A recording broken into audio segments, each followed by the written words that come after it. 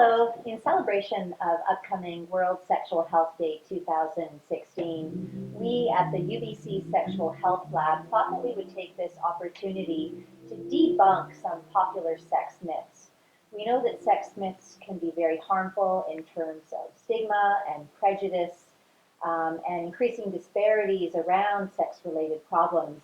So we thought we would fold in some of the science to hit these sex myths out of the park. Hi, my name is Yvonne, and the sex myth I would like to talk about today is that women lose all sexual interest when they approach menopause.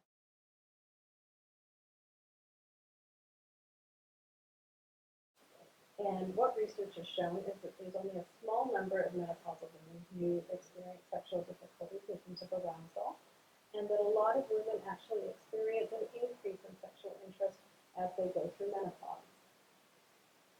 My name is Jen, and one really common sexual myth that I hear is that men need to be ready to go for sex at any time. What we know is that it actually is a lot of different things that influence whether a man is prepared to be sexual or not, including physiological, so what's going on in their body, what's happening in their relationship, even things like mood. And in fact, 1 in 3 men experience difficulty getting an erection at some point during their life. My name's Julia, and the sex myth that I would like to bust is that it takes women longer than men to achieve sexual arousal.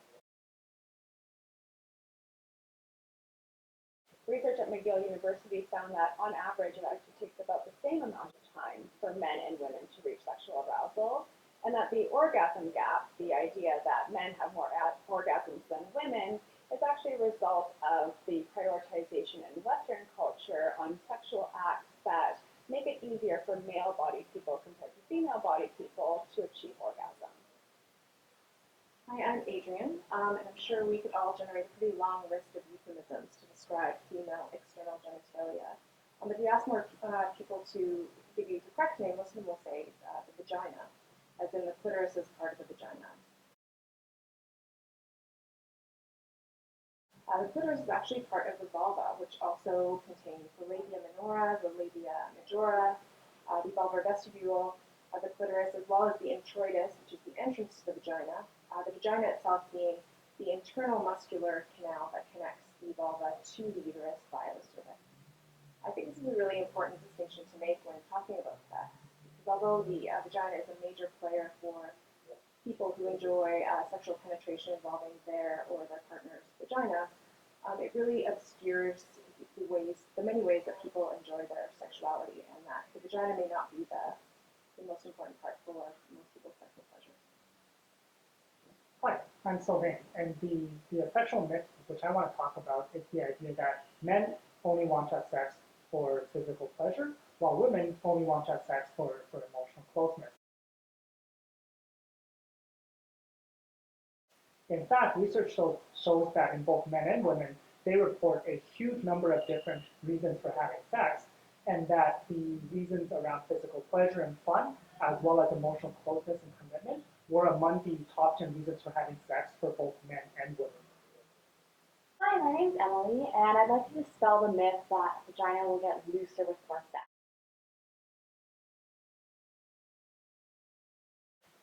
In fact, the vagina is designed to expand and elongate to prepare for intercourse. And then after sex is over, a vagina will go back to its regular state, so back to the way it was prior to intercourse. There is no scientific backing that having sex frequently or with multiple partners will result in a looser vagina. Hi, my name is Juliana, and the myth that I would like to debunk is that by wearing 2 condoms during sexual intercourse, that the chances of getting pregnant is much more unlikely, which is wrong. The truth is that by wearing 2 condoms, the chance is a lot more likely to get pregnant because they rub onto each other and create friction, which causes them to break and then not do the job that they were intended to do.